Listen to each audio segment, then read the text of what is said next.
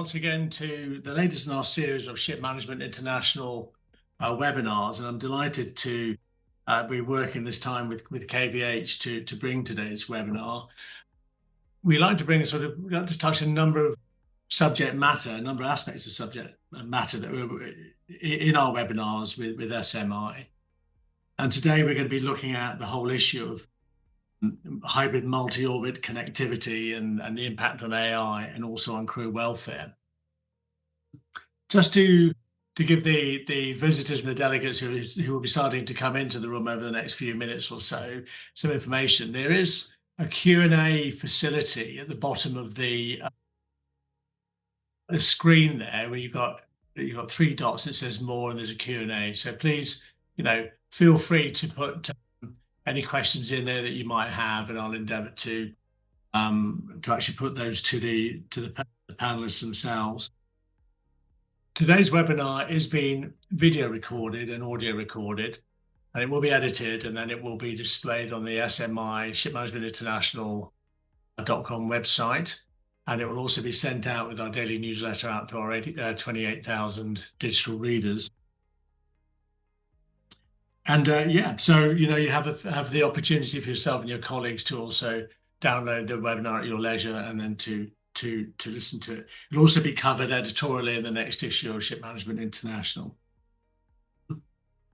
So really, without any further ado, I'm going to ask the panelists to introduce themselves, and they'll talk to you for about 1 or 2 minutes just on who they are, where they're from, but just their sort of perspective on this whole issue of multi-orbit connectivity, but also with this impact on AI and then also on crew welfare. So without any further ado, I'm going to start left to right. Ryan, I think you're first on my list here. So please introduce yourself. A couple of minutes. Feel free. Tell us who you are, but tell us a little bit about your sort of thoughts on the aspect. And if you could, because you're an expert on this side of it, yourself and Robert, if you could just touch a little bit on LEO and GEO, what it all means, because there may well be some of our listeners in today and viewers in today, and also on the website later on, who might not be as fully aware. But if I can ask you just to do that. Sure, yeah. Well, good morning, good afternoon, evening, everybody that's joined us. Thank you. My name's Ryan Smith. I'm Senior Director of Commercial Sales here in the Americas for KVH. I've been with the company for over 20 years, so I have seen this space develop and evolve quite a bit, or especially here recently with LEO services, and excited to talk about all the subject matters that you brought up. But I think the LEO explosion with Starlink, with OneWeb, obviously Amazon LEO coming into the space here shortly, and what it's meant for connectivity for seafarers and operators and owners is pretty important in the space, and dramatic in terms of what it's driving for usage and different aspects for all the users, and how all that is managed and planned and looked at is really pretty critical. So it's I think one thing that's really important that I'm looking forward to speaking with is, obviously Starlink is the huge buzz in the industry and has been for a number of years now, but there are locations around the world where Starlink does not work. And so what we've seen is, with the explosion of data usage with Starlink, when they go into an area, or vessel goes into an area where there is not service, what do? Or if something were to happen with a Starlink system or antenna or service, what do you do? So that's, I think, where the hybrid portion of this is really pretty critical. So I'm excited to talk about it, and thanks for having me. Just turn yourself off mute there. We talk about Starlink, and just a sort of caveat question really for you. I mean, Elon Musk is known for coming in and disrupting. How has Starlink disrupted all of this? Because, the shipping industry, innovation, tech, AI, connectivity, all of those aspects are going at a hell of a pace, moving forward so quickly. What has he done, and how has Starlink come in and disrupted it? Yeah, I mean, I think it's kind of the linchpin of all the items we're talking about here. Previously, you have your traditional GEO VSAT service, L-band, cellular service has been around for years. But now with the connectivity from LEO and Starlink specifically, and also OneWeb, the speeds and the low latency of what you can do on board is what's really changing the game. Obviously, there's cost factors involved. Deployment ability with a small flat panel terminal is much simpler than a traditional GEO antenna. So that has sped up the adoption rate for sure, obviously along with pricing. But yeah, for sure, the speed of the LEO services is what is driving this fast-paced impact into this for this side, and obviously in other markets on land as well. But in maritime, it's been what people have been looking for decades. So I think that's really the big key is the demand's there, the business model's there, the pricing, and so yeah, it's going to be a win-win for a lot of customers. But with that brings new sets of challenges, new items they have to figure out of managing the data. Cybersecurity, all the buzzwords that have been around for a long time, but it's become more apparent now. And I think really when we bring Simon and Kuba in, very much looking on the cruise side, I think lots of opportunities, connectivity with loved ones, but there's a lot of issues there attached to that as well. Robert, can I ask you just to introduce yourself, and if you want to add to anything that Ryan has said there, but welcome, Robert. Thank you. Thanks for having me. So hello, everyone. My name's Robert Blackman. I'm the Director of Managed IT Services at KVH. Been with the company 2 years and in the maritime SATCOM space for 16 years. So I've worked with a number of vendors and ISPs, so very familiar with the space and multi-orbit offerings. I guess I look at this from more of an IT and an SD-WAN standpoint. I think multi-orbit is a necessity for operators to not only have redundancy, but have the volume of data and the speed of data that they need. Typically, we've seen ship owner operators in the past use multi-orbit connectivity for redundancy and backup, but I'm a huge advocate of using all the bandwidth you're paying for. So, if you can utilize all of your connections using smart SD-WAN, like services we offer at KVH, then you can route priority traffic over your fastest link. You can route non-essential traffic over least cost routing and stuff like that. So yeah, I definitely look at this from more of a how the data's getting off the vessel and what it's being used for. So happy to join the conversation. I think it'd be interesting. Brilliant. Thank you very much indeed, Rob. Do you want to just explain SD-WAN, what that means? Because some people might not know. Yeah, so that means software-defined wide access network, meaning internet control, if you like.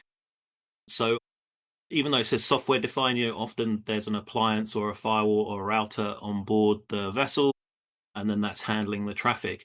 Typically, historically with vessels, those routers have been very simple and just an on-off scenario, so an active and a standby.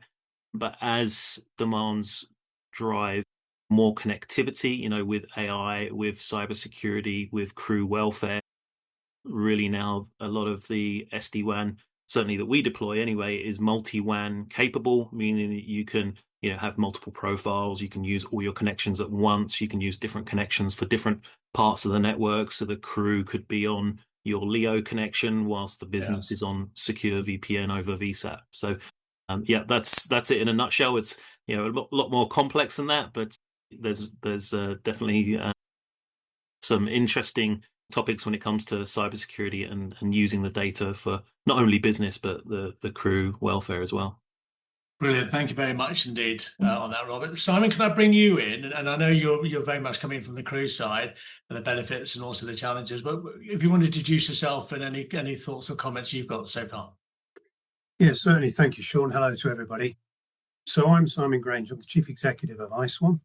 I've been doing this job for the last 5 years. iSwan is an international maritime welfare organisation, probably best known for our work on helplines, 24/7 helplines for seafarers and their families. And I guess amongst all the tech speak, I'm here to sort of put a human face on what connectivity means to seafarers. and their families, actually. And bottom line is that we believe as an organisation that connectivity is super important for the welfare of seafarers, the well-being of seafarers, ultimately recruitment and retention, and also, of course, a happy, well-connected crew are going to be safer. So that's certainly the point of view. And what I'll be doing is drawing on some of the data and the information that we've got about how people are using connectivity to get in touch with us, for example. So yeah, that's where I'm going to be coming from. Simon, how is it changing? I mean, because, in the sense of the demands from the seafarers and what they want. And I know from recruitment, I'll come on to Cuba, and I may well ask the same sort of question to Cuba there. But the seafarers are demanding more. But also you've got issues as well where you've got loneliness on board ship. You've got, they get bad news from home. All of these sort of things. How's it changing? Are you seeing any changing going on? Yeah, we are. So Seafarer Help, which is our 24/7 multilingual helpline, we've just done a review of 2025, all the calls that we've had, and we received something like about 400 to 450 new contacts every month. So yeah, it's not the whole picture, but I think it's an important snapshot of what's going on out there for seafarers and their families. And what we've actually seen is that connectivity has changed the way that seafarers are using us, for example. In the past, they would contact us for simple inquiries about things such as, port welfare facilities, information, but they can get that information now quite easily on the internet and with AI. So they're contacting us now in a different way, in that they need real help. They want to talk about the challenges that they face. So we're seeing fewer calls, but much more detailed and much more longer discussions about the kind of issues that seafarers are facing. So that in itself, we can see that very clearly. Also, we can see the impact of AI because we're getting seafarers who are coming to us and wanting to check that we are actually real and that we're not AI. So we have to reassure them of that because that's what they're looking for. The way in which they contact us, so live chat and WhatsApp account now for 70% of all initial contacts. And when you think about it, it's going to be much more preferable to find somewhere to go and have a private conversation on board is probably going to be difficult, and whether you've actually got a signal. So that's why we see live chat and WhatsApp being so prominent in the way that people contact us. So that's sort of to give you a sense of, we're seeing change already. Yeah, it's interesting. Before I come on to Cuba and then on to SeaImpact, but I was putting something into one of the AI software programs yesterday, and it said, I can't answer that, I'll get in touch with a human, which I thought was quite amazing, really. I've never come across that before. I said, well, that'd be lovely. Thank you very much. Cuba, everybody knows you, Cuba, if you can introduce yourself, but also, your thoughts and your perspectives from yourself personally, as well as from an intermanager perspective on what we're talking about here, and the important issues there, the opportunities and challenges all of this throws up. But over to you, sir. Kuba Szymański, Intermanager, Secretary General here. In this role, 16 years. I do go to sea still. I do keep my ticket. Therefore, I'm experiencing daily life on board seafarer. Plus, I am exposed to younger generation on board and seeing what they demands is maybe wrong word, but expectations are. And basically, I think I always, for the last 2 or 3 years, I'm trying to get the message across. Don't be surprised.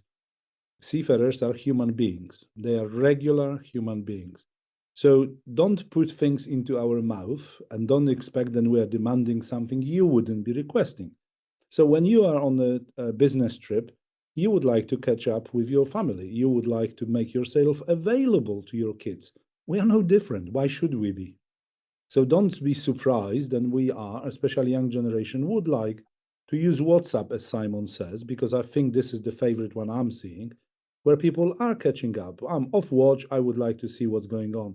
And because I'm able to be in contact now every day, probably twice a day, the quality of my discussions with my family is different than it used to be when I was once a month. Once a month call would be concentrating on very important things. Nowadays, because I'm talking to my wife before my watch and after my watch, and maybe talking to the kids because they've just come back from school, then the quality of those calls are different. And that's what we would expect. Therefore, frustration.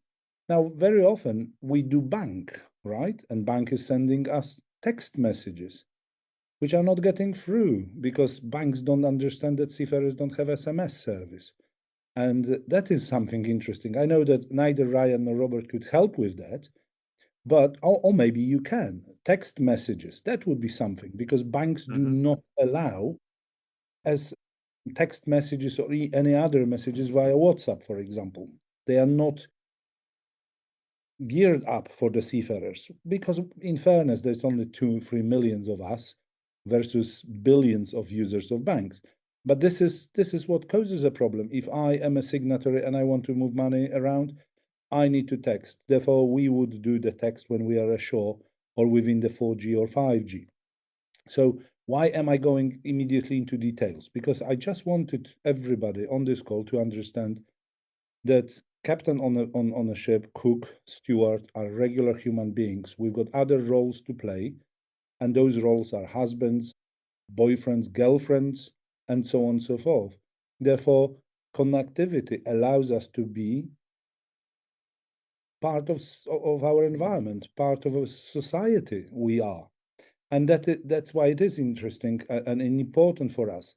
Also, I have to say that young generation is shocked nowadays because they have been born with connectivity and they do not get what we are having on board of the ship. Ryan already mentioned that then there are areas where there is completely no connectivity. And it's very difficult for 17, 19-year-old to understand how come, how is that possible? Well, it is possible. Sometimes there is a blessing with that, I have to say, because once you haven't got a phone, you still survive. And 5 days later, when your phone finally gets to Falklands, you get a connectivity, and then funny things happen. People don't want to go ashore, which surprises me. And I'm pushing them, junior officers, hey guys, sure, go.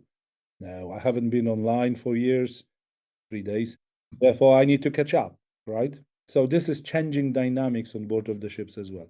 Okay, I'll better stop because I'm sure, Sean, you've got other questions and others. Yeah. I just want to ask one point on that. I mean, does it actually encourage more of the seafarers to stay more in their own cabin, to go online, rather than interacting with themselves, getting out, that side of it? I'm a wrong person to ask because I make sure that on my ships we do interact. I make myself sexy enough for the crew to come out and talk. So we do play things, we organize things, we do FIFA on board, which means we are playing PlayStation and so on and so forth. When we watch films, we watch what was the recently we were watching, and I introduced that to non-British crew and they love it. Clarkson Farm. Oh, yeah. We were all watching it. And I was amazed because this Callum guy, 21-year-old, so he's the age of our third officer, right? And he was Ukrainian, by the way, and so on. So we can do those things, but that is, senior officers on board of the ships have to do those things, or maybe not have to, but it's nice if they do. Therefore, use connectivity for your benefits, not against. So I do have a problem when I hear that, oh, well, if we give internet on board, then people will be locking themselves. They don't have to. They don't have to. I hope you will be asking me later on, we've got still 41 minutes to go, how we can use it professionally as well, because that's a big thing for us, okay? Being able to be on a call when we've got a problem in engine room, when we've got a problem with pumps, this is extremely important as well. At the moment you asked me about the welfare, therefore Kuba was responding on the welfare, but Kuba is also intermanager, and I would like to answer from intermanager point of view at one stage, okay? Thank you. Yep, no problem. Thank you, Kuba. Samantha, thank you very much for your patience, Samantha, for waiting there. If you can introduce yourself and then a little bit of some of your views or comments on what you've been hearing and on the subject matter. Sure. Thank you, Sean. Good day, everybody, and great to be on this panel. So I'm part of SES, Senior Principal Product Manager for Maritime here at SES. I've been in this role for SES for about 4 years now, and I've been in maritime product management and satellite communications for about 15 plus years now. And from a hybrid, multi-orbit connectivity, traditionally SES has been a multi-orbit satellite operator, right, for decades, right? So they've been operating MEO constellation, right, and then GEO constellation for close to 15, 16 years now. And in the last almost 24 months, we've seen a exponential rise in multi-orbit connectivity, right? Especially if you look at the LEO orbit and bringing together with the GEO orbits, right? So, and as a satellite operator, we have been thinking about it and productizing this particular offering for about 3 years now. So it is all in the works, and we have seen this trend happening, primarily driven from some of the points that Simon and Kuba are driving here, right? From consistent, reliable connectivity, right? And how we offer that to our end users and customers and partners. And that's what we, as a satellite operator, try to achieve, right? On a daily basis, we look to see how we can improve that quality of service that we offer to our customers and end users.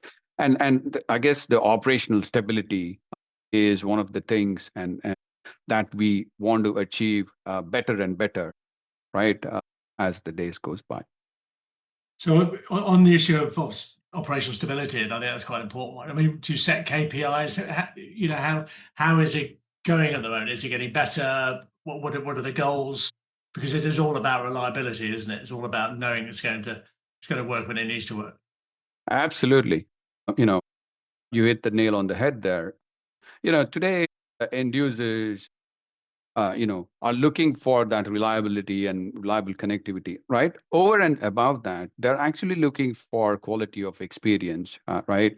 So what I mean by that is you bring together, several factors, right? And they're used to, in today's connectivity world, they're used to the NGSO operators such as Starlink, right? And when they start to look at the throughput and the latency speed, they're kind of used to that, getting used to that. And when you start to bring the different parameters in play, right, from a quality of service and reliability, what they start to experience is how that connectivity experience finally works out for them. So that is kind of the measure that we are trying to put forward to our partners and to our customers, right? The quality of experience, metric. And in the next 18 months to 2 years, we see the connectivity market going in that direction, right? So you won't have like 5 or 10 different KPIs. You're measured on one KPI, right? What is the quality of experience that a particular end user is seeing on board a vessel, right? So that's essentially, how we see the market driving forward. Okay, so thank you very much indeed. So I'm just going to give a little bit of a sort of synopsis on the issues we want to talk about, and then we'll go straight into the questioning. And also just say we've got one question I think on the Q&A there. It seemed to be a couple of just 2 words, so it seems very strange. So just to the participants coming in, if you've got any questions, click on the 3 dots down the bottom, click on Q&A, and just send in your questions, and I'll do my best to hear those as well. So really, as vessels take on more data-driven operations, multi-orbit connectivity can no longer be an afterthought. The webinar today will explore how hybrid multi-orbit connectivity combining low Earth orbit and geostationary orbit satellite services is becoming essential for delivering reliable coverage, resilience, and redundancy at sea. The discussion will examine how intelligent networking solutions, including CommBox Edge, enable seamless network management, traffic optimization, and cybersecurity, really, really important.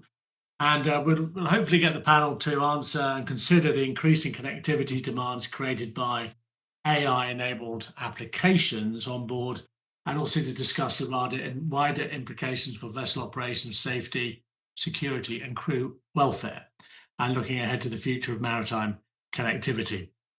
Right, so I'm going to start with the with Ryan and then Robert and Samantha, if I may, and please butt in everybody else. But the first question here is why is hybrid multi-orbit connectivity becoming essential? We've heard a little bit about your views on it now, and really because of that going in and out of spots where LEO won't have that coverage. But why is it becoming essential rather than simply desirable? Do you want to sort of put that into a bit of a nutshell? Ryan, do you want to answer that first, then coming on to Robert?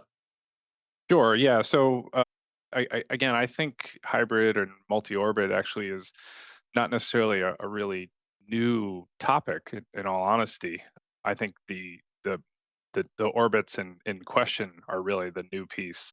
So VSAT's been around for decades.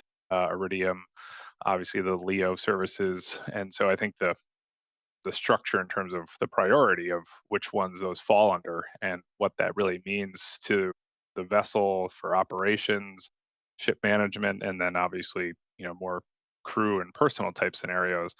And ultimately, I think the LEO speeds and low latency have driven those onboard applications, whether it's personal or operational, to just grow exponentially. We're talking vessels using terabytes of data on a monthly basis, where before you were talking 50 gigs, 100 gigs or less a lot of applications with much less speed. So what they're able to do with those speeds previously was very different. And now they have home/office type connectivity.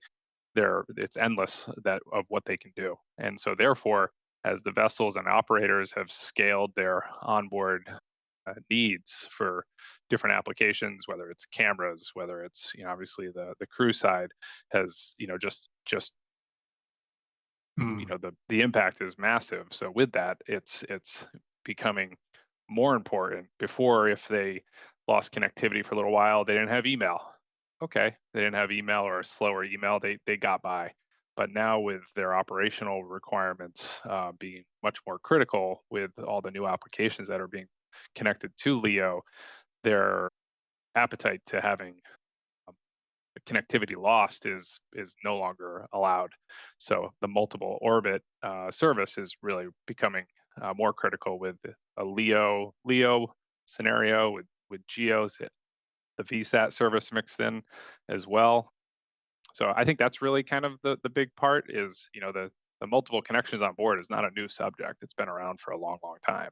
It's just the speed of those options have, really changed the game. Okay, Robert, bringing you in on this, that's very well explained there by Ryan. And, looking at where the drivers are in this and it's the industry driving, the demand. I'm going to come on to Kuba after you as well, getting an idea on that, the professional use, as you rightly say, Kuba, on this type of technology. But if you can give us your views, Robert, just really on where the sort of driving force of all of this is coming from and how is it going to continue to develop? Because as Ryan quite rightly says, it is essential. We need it. Sorry, lovely. My email before was a bit slow. That's fine. But now I need to have that connectivity because I'm driving my ship from shore. I need to know where it is and what it's doing and all that side of it. Well, what are your thoughts? Yeah, I think, well, first of all, I agree with Ryan that it's not really a new concept. It's been, multi-orbit's been around for a long time, but was seen as something as a necessity for backup and redundancy. I think now the drivers are sheer, data use, human behavior. If we look at the volumes of data we use in our personal lives, it's astronomical, right? So, I personally, don't have any cable TV or satellite TV. I stream everything at home, and crew expect to be able to stream stuff or have entertainment in the palm of their hands. And then from a business perspective, I think the driver again is the data need, so we're seeing a lot of applications that once were loaded by CD-ROM, now you download a package from the internet, it's a cloud-based solution, so it's got to always have connectivity. And that's, I think, a huge driver. I think so much has moved from on-premise to in the cloud with entertainment, with business applications, that's a huge driver. And really, in shipping, we have a really unique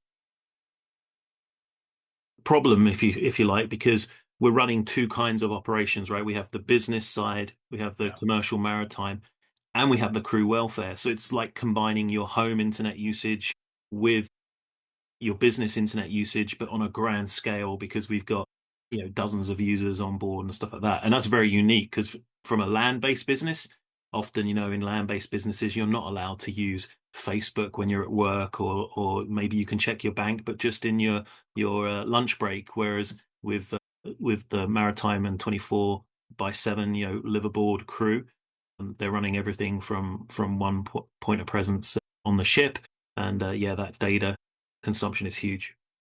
So how can you orchestrate that? Because there's a lot going on there, and as you say, you need to have, you know, resilience, you know, management of the bandwidth, all of that side of it, as well as cyber security aspects. Is that where the CommBox Edge comes into the operation?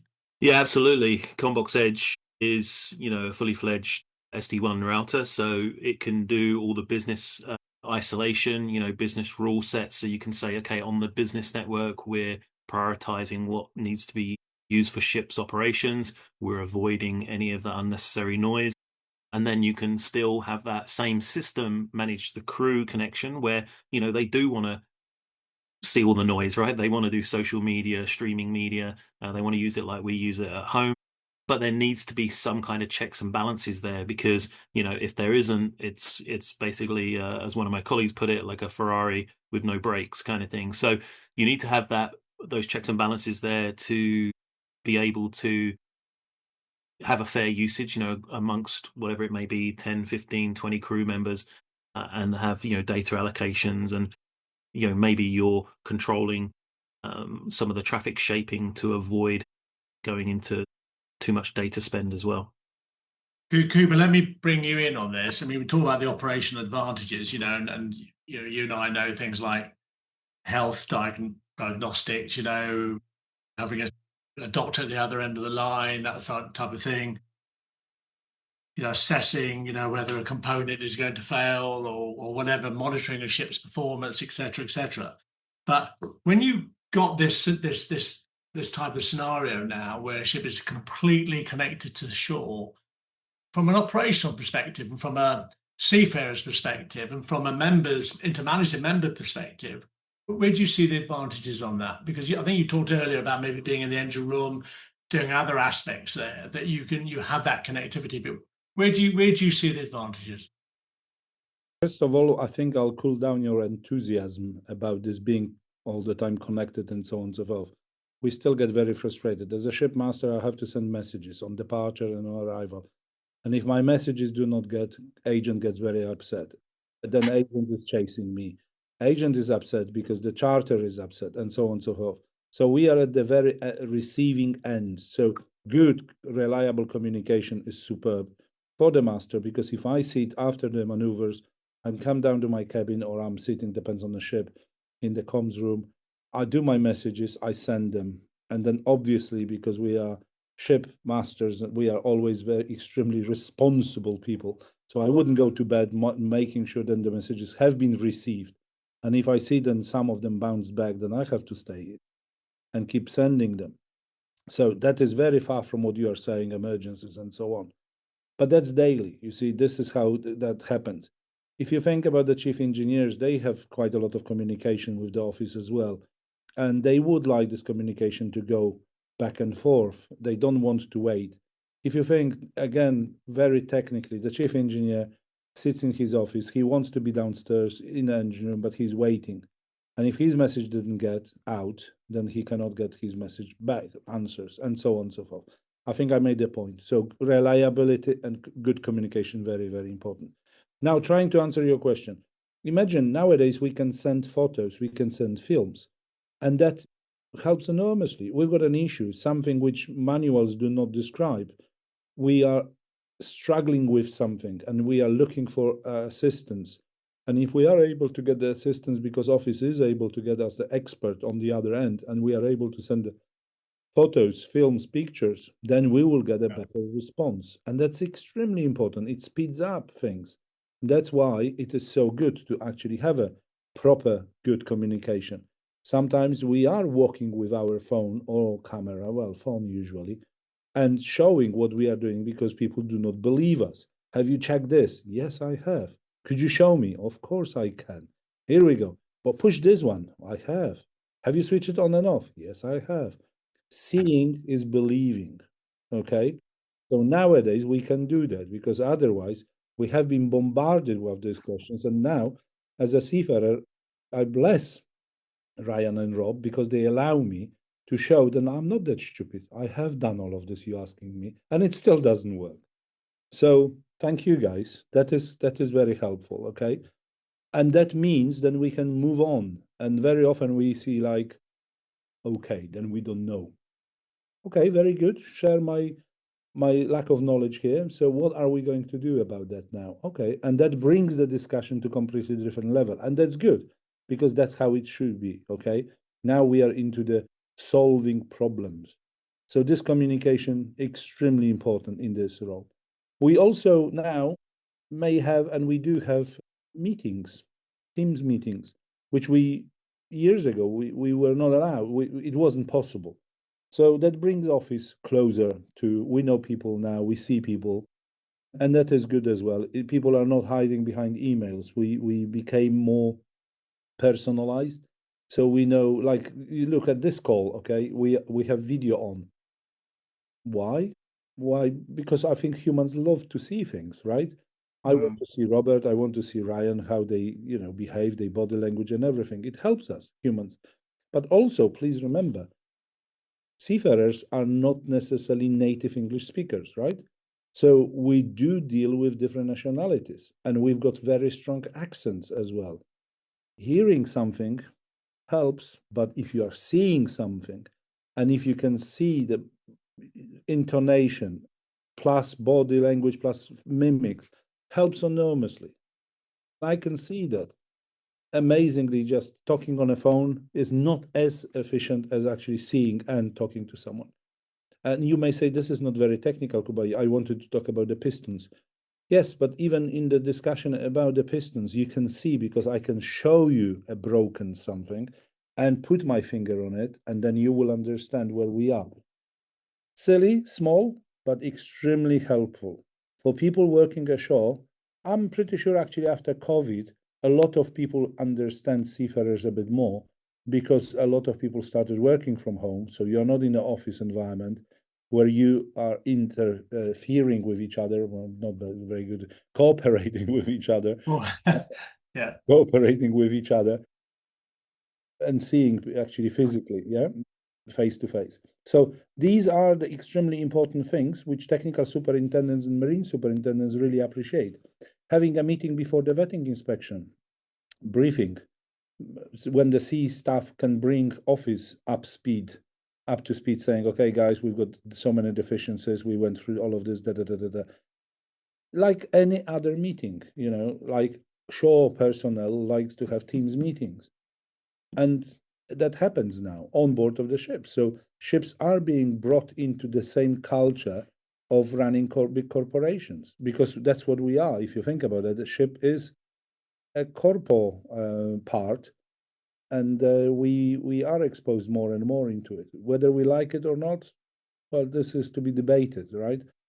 The environment on board of the ships are changing because we are exposed more to the charterers, for example, sometimes who demand to talk to us directly, or agents, as I was mentioning before. That's my answer, Sean, to your question.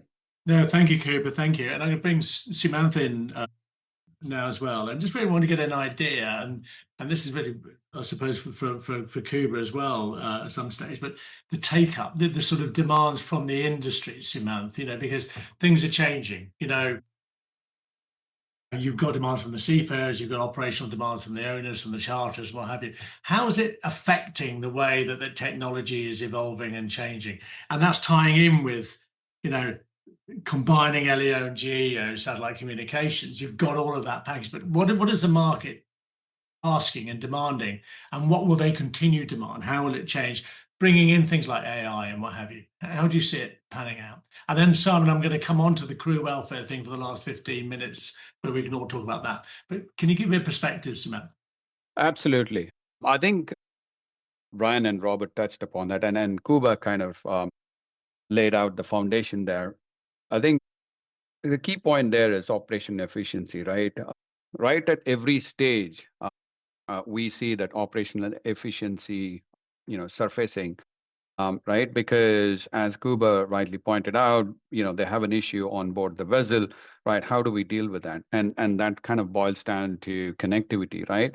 And when you look at a satellite operator, right, and KVA and other partner of ours are asking for how do we actually, take the different operational requirements that we have, and ask a satellite operator like SES to deliver that against, right? So, what they're looking for is a single pane of glass where they can manage the connectivity solutions, right? So, two different connectivity solutions. These are two different networks, right? So, GEO network and a LEO network, right? So, when you're bringing that together, they're looking for ease of use, right? How do we connect?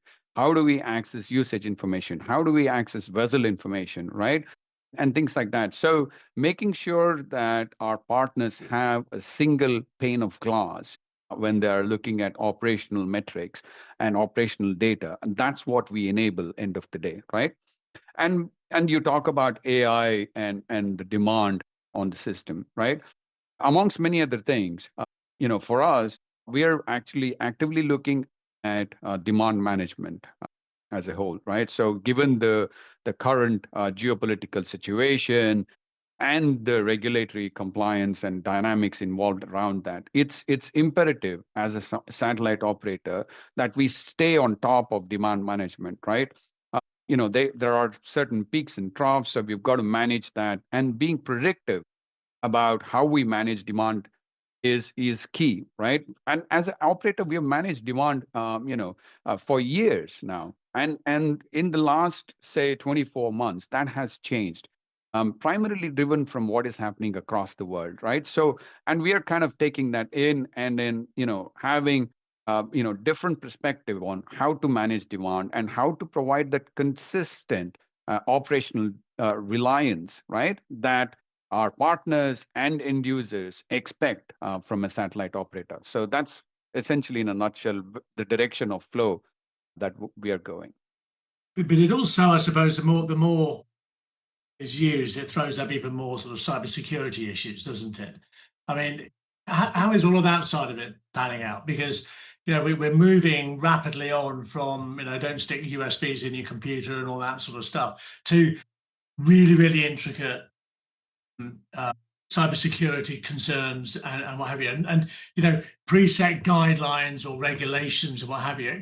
How is that whole scenario panning out, Samantha? And is it still a big worry? Absolutely. I mean, as we all know, cybersecurity is evolving space, right? So every day there is a new kind of threat that is being posed by different actors. So and as an operator, we've got to stay on top of that, and ensuring that a secure link, a point-to-point secure link, is our biggest priority, right? So when I talk about that, a secure link for me is from a ship to shore and back, right? So that's a secure link, and that involves the satellite infrastructure, that involves all the different points, right, where the data touches, right? So that's essentially, as an operator, that's what we bring to the table. And of course, KVH with their CommBox, they've got an additional layer of security that they deploy on that, right? So it is multiple folds of security layers that has been built into the system, and we're not stopping there, right? So we as an operator, we are looking at ways to improve and build on what is already out there. So, and of course, Robert and Ryan will add more on that topic. Yeah, if I can bring Robert right in, and Simon, I have not forgotten about you. We're going to come on to that in a second. I just want if you could just maybe add into what Samantha said there, but also could you give us a little idea to what level connectivity, use of connectivity on board for seafarers has been taken up by the industry? Are we talking about 100% now ships are on the internet, or what are we talking about? Robert, do you want to go ahead and then Ryan? Yeah, Ryan's probably best placed to talk about the connectivity adoption. I think, from my perspective, I've seen, a huge adoption of LEO services because of the speed, the data speeds, and the service that's delivered to the vessel. And that's really then been a driver from my side with looking after the SD-WAN product for us to have the capability on that device to secure those networks, to secure the vessel itself. Every device which has access to the internet is potentially a risk, of someone coming in, a bad actor coming in. So that's where we do have robust security protocols, what we call intrusion prevention and detection, firewalling, and that's a necessity to basically have a robust security stance and basically have your network set up correctly.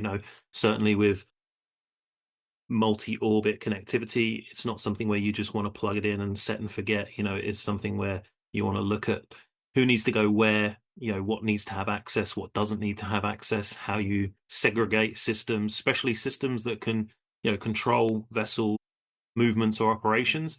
They're very critical. And obviously we see guidelines coming in from IMO and US Coast Guard to ensure that those kind of incidents don't happen, which, I think is great. It's a bit of a headache for ship operators, but really it's something that should be in place anyway, because, nobody wants something fly by wire being controlled by somebody, like I say, a nefarious person 1,000 miles away that gets access. Ryan, what are your thoughts on that, but also on usage? I mean, I wonder, if somebody can give me an idea of how, because I keep hearing the Greek ship owners aren't adopting and embracing digitalization. It'd be quite interesting to get a perspective, but your thoughts? Yeah, so I mean, I'm going to kind of speak not necessarily for a specific region, but kind of more in general. But Yeah. I would say the adoption of, obviously internet's been on board vessels, but now obviously the expansion to the amount of data usage, as I mentioned before.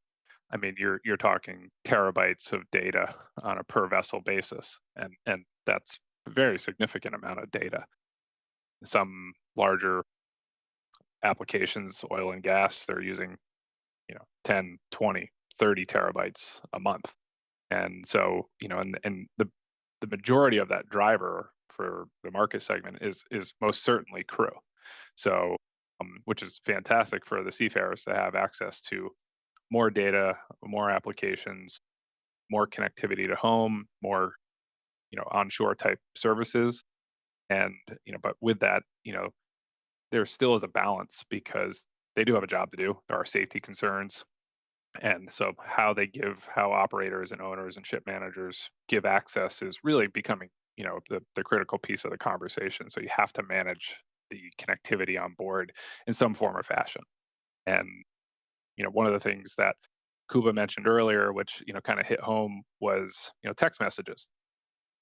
We see pretty regularly where, we set up a vessel's network with the customer, and we can set it up where we give basically a free text messaging service without having to log in as a crew member and use their assigned allotment of data.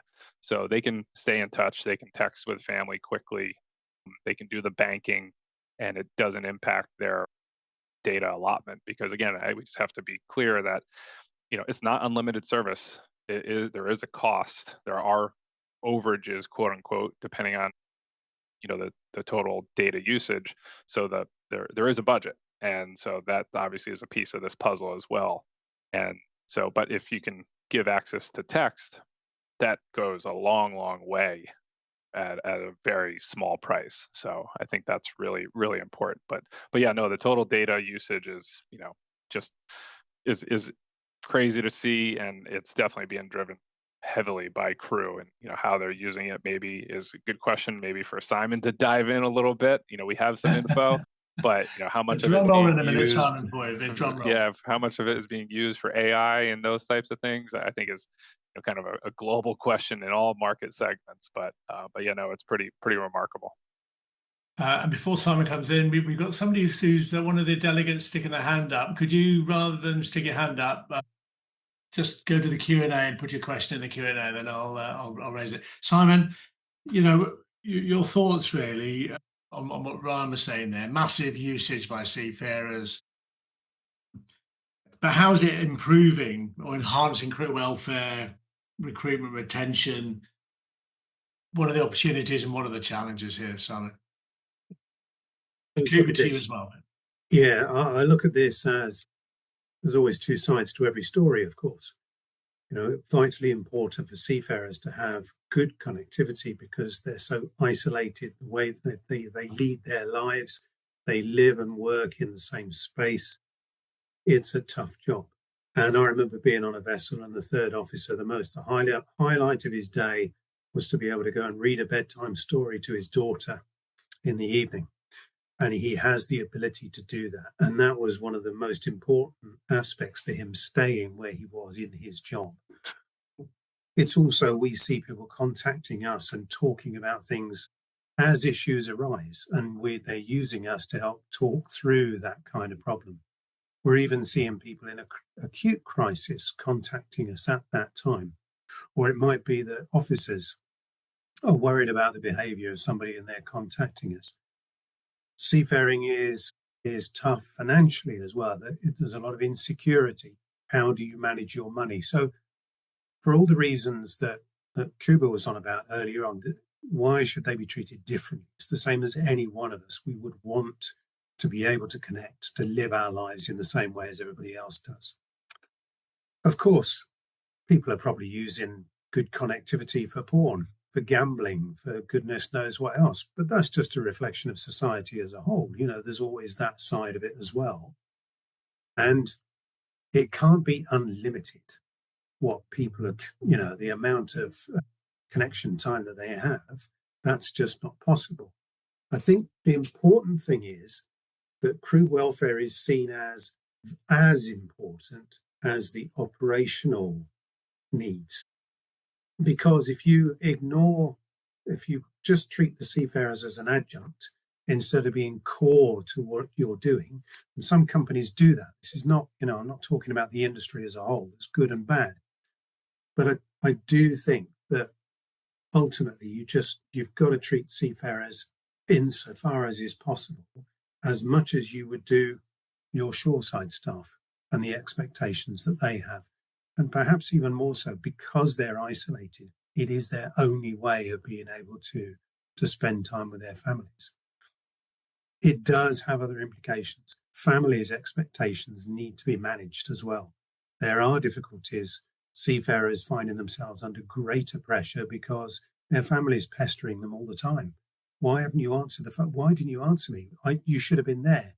Well, they were working on a different time zone. So they need education as well as to how to manage that.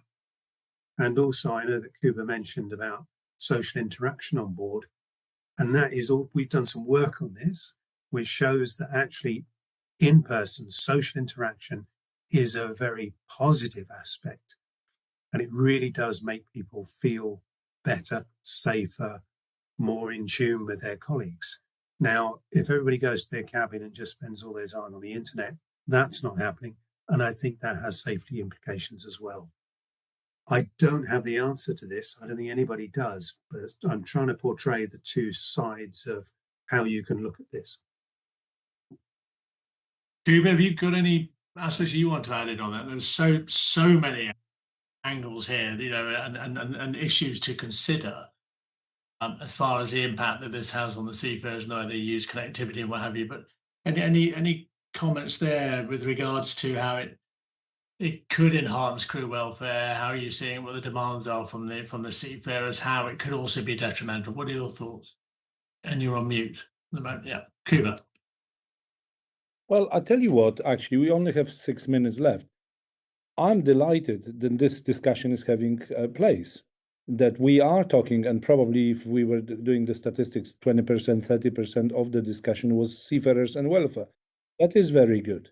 I haven't heard any questions from the crowd, and I would love to, because I would like to see the temperature in a room. Are we actually hitting what audience is expecting? So are we, Sean, getting the audience? Have you got any questions? No, we had somebody put their hand up, as I've asked, as I said earlier, just to put it forward on a Q&A, and then we had somebody just put in 2 words, digital natives, so that's great. But any questions, I'll just repeat, really, any questions from the floor, please go down to the Q&A and send them through, and I will air them. But while we're waiting for that, Kuba, and I can only take a horse to water, but what's your perspective on this as far as the crew welfare is concerned? I mean, because the crew demands are changing, but also there's still that whole issue of fatigue, whole issue of interaction, whole issue of everything else. What are your thoughts? Okay, maybe because I'm a senior officer, maybe because I've got 40 years behind me and everything. I think we're still not being understood by the shore personnel. Sometimes shore personnel, and even the body language and words used, and isolation. You know, isolation for people ashore, it's a disaster. For me, is blessing, honestly. And a lot of us seafarers, we go to sea because we want to be isolated. That's what I love. And it's difficult, right? I am the bold one who is able to say that, but I know my wife understands that as well. She even says sometimes, "No, you have to put up with me for another 2 weeks. In 2 weeks, you will be at your lovely ship, and you will be on your own," and so on and so forth. And we all have it, you know. I would be lying to you that majority of us actually go to sea because we want to be away from all these problems you people have with, you know, with everything. So this isolation, okay, we are talking. So well-being, we if you are a seafarer, then you know what you're signing for. So, okay, new generation nowadays would have a better or different expectations. But as you can see, I'm using words carefully, not demands, expectations. And that's what it is. If those expectations can be met, hooray. If they can be exceeded, hooray, hooray. But we are not demanding. We know what we are signing for, and it's okay. And if I do not make a bank transfer today, I'm not jumping up and down. I'll do it next time when I'm in port, because I'm a seafarer. And it's difficult sometimes to explain that to somebody who says, "Oh, you haven't signed your mortgage papers." No, I haven't, because I was at sea. And that person says, "What does it mean?" That means that I haven't been able to be in touch with you. As simple as that. And there's nothing wrong with that. Nothing. So that's probably not what you expected, Sean, but I need to stand my own ground for those who wish that I represent. Brilliant. Well, thank you, Kuba. And also, we've got a couple of questions that have come in from our friend. One from our friend Peter Schellenberger. Hello, Peter. Good to hear from you. How can we bring people back to the mess room other than meals to foster good team spirit as connectivity drives them into their cabins with social exchange deteriorating? Who would like to answer that question? Kuba? I've already tried. So, Peter, obviously, you know, I am coming, and we make sure that whenever I come 10 o'clock or 3 o'clock for the coffee break, I bring some heavy news from the office or from wherever my crew wouldn't hear. So they are not shying away. They do come for 10 o'clock breaks to our dirty mess, as we call it, or coffee room. So we get together. Then I share this news, and then we've got a discussion. What does it mean for us? What it is, and so on and so forth. We also, sort of insist on that before we go for a meal in the evening, especially Sunday. We all gather together. We don't have a beer anymore. We used to, but now we sit down and we talk about different things. Then I make sure that we organize Friday or Saturday. We organize sport events. If we've got a good table tennis team, then we play table tennis. If we've got Filipinos love basketball, and on my ship we've got a basketball. We play basketball. We play Filipino rest of the world. Filipinos love karaoke and so on and so forth. I think, and I said that before, Peter, internet can help with that. Definitely can help with that. Quizzes now. We do quiz nights because I'm able to go on internet and get the quiz questions, right? Fourth engineer hates me because I nominated him recently, and I said, "You go, and you are the quiz master." Oh, I've never done it. Well, now you do, and we do those things. So it excuses. Internet can help, and it should be used for that. Artificial intelligence, beautiful, if you wish to use it. Brilliant. Thank you very much. And probably one for Ryan and for Robert, digital natives. Thank you, Graham Mulholland. Was a reference to obviously the young seafarers. Does the panel see innovations on the horizon that will improve connectivity further? Robert, do you want to go for that first and then followed by Ryan? Yeah, well, I think maybe not so much huge innovations, but I think, with other players coming to the market, I think over the next 5 years, there's going to be a lot of choice. Obviously we see with Starlink has brought down the cost of connectivity to vessels. So I think, there's going to be more cost savings to be had, and, essentially operators getting more bang for buck. So I would imagine that the connectivity options will be quite large. And one thing I would advise people, and operators to do is remain flexible, right? So, we have solutions like CommBox Edge, where it doesn't matter what provider you're bringing in, whether it's cellular, whether it's geostationary VSAT, whether it's LEO or MEO, we can adopt those into the system from any ISP, and you can utilize them. So I think that's really what we're going to see. Internet's become somewhat commoditized, and I think it's going to be a buyer's and a consumer's market, really, for them to choose and increase their capacities on ships. We seem to have lost Ryan at the moment. Ryan. So I don't know it. But Samantha, do you want to add in on that from a technical perspective, looking at new innovations that might be on the horizon that's going to be driving in even more improved connectivity? Absolutely, and hybrid connectivity is here to stay, right? I'll start with that. And in the next 5 years, users will be looking for higher throughput and perhaps low latency and different there will be different sort of applications which use different kind of connectivity needs, right? And the platforms that is built on board the vessel will have to handle multiple different protocols and so on and so forth, right? So that essentially will increase. And from an operator perspective, we are constantly innovating and looking at multi-network, multi-orbit solutions, right? So that essentially bring efficiency and resiliency to the operators as well as our partners and end users, right? So it will deliver economies of scale and also better economics from a per gig perspective when you take a partner in question here. Brilliant. Thank you very much, Matt. And just really the last word from Ryan, just really looking ahead over the next 5 years, how do you expect satellite comms and onboard technologies to evolve? What are your thoughts? This is sort of last. Yeah, I mean, I would assume, obviously Starlink's talking about, delivering gigabit type speeds on a go forward basis here in the very near future. Amazon LEO with their service that's, coming to the market as we speak.